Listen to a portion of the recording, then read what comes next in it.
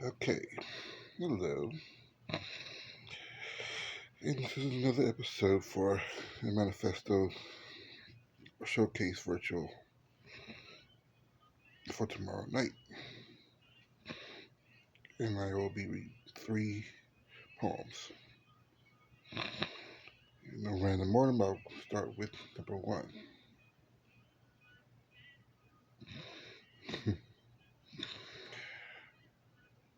Intimacy does not interest me if it doesn't last beyond affinity.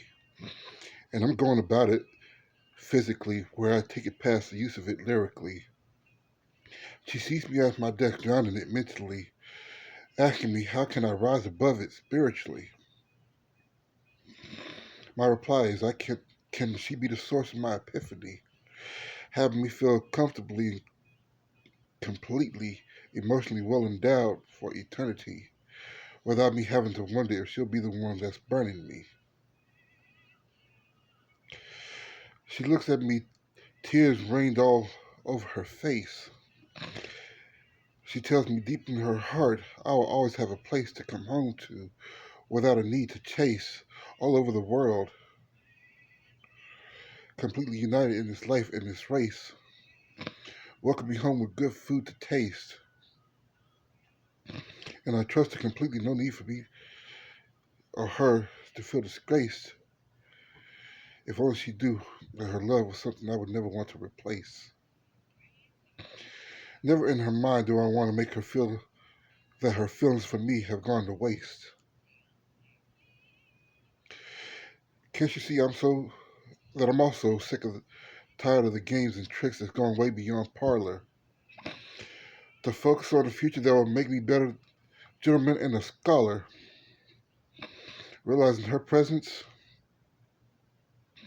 encouraging me to be anything but a squalor. If nothing else, she'll have me betting no less than your bottom dollar. The last thing I want a woman in her mind are things that will make me allowed to harm her. Contrary to that belief, in no form or fashion do I prove that anything that wouldn't calm her. My dearest queen of my heart, understand I have no intention of treating your feelings like a snake charmer. With that said, all that said and done, I'll be her knight in shining armor.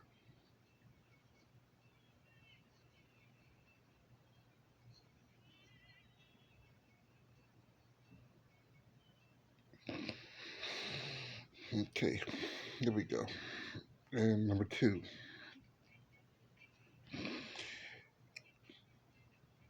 As you see, the last one was called Shining Armor. I've been working on that one for a while. So here's here's a couple of classics for a hot minute. Here it goes. Can I seriously ask you this question, if I may? In whose right mind would it make you think that I want it any other way?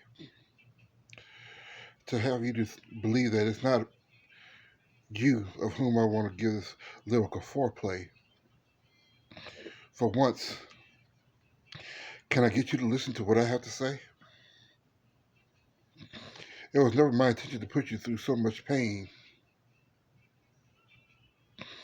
to the point to where we've gone deeper into the realm of the insane. So much so that we feel like we've both been drained, and none of our goals or aspirations were at any point attained. Still, you were like SWV, always on my mind, and I was like LL Cool J in his early days when I tell you that I need love. Always going back and forth with what I should do because you are who I'm continuously thinking of.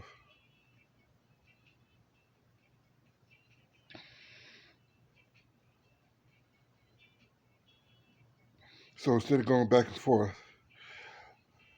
like battle rappers inside of a club, why can't we why can't we be just passionate as two Love struck turtle doves.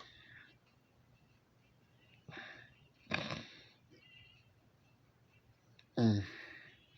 Understand that, my dear, at no point of our life would I leave you out in the cold.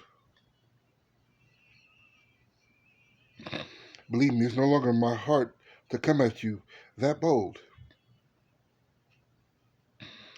When every time I look at you, I see a great sight to behold.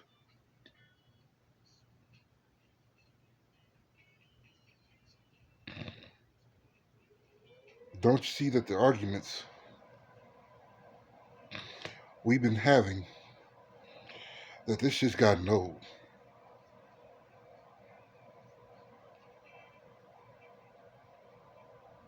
Okay. Last but not least,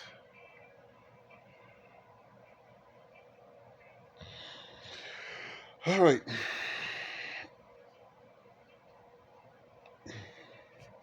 here we go.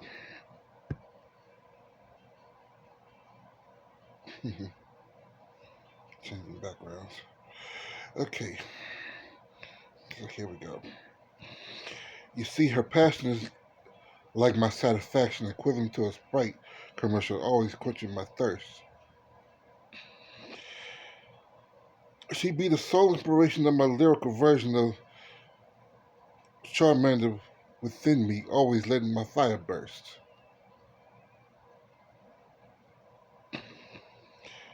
Still love her just the same, feeling her blessing without the curse. Got me looking like Jaheim, always putting that woman first. Let it be known that what I feel for her will never be denied, pushing everything within me to get past my sense of pride. Everything about me is wide open. What reason would I have for any secrets to hide when all I want to do, when all I want her to do is to hold me while I bless her with all this love I want to provide? Truth be told, may not, she might not see it, but yet I yearn for her presence at all costs. Forever looking like Snoop Dogg, I paid the cost to be the boss. So forgive me if I see her as a blessing I gain instead of a tumultuous loss. No longer do I want to see us as a black version of Rachel and Ross.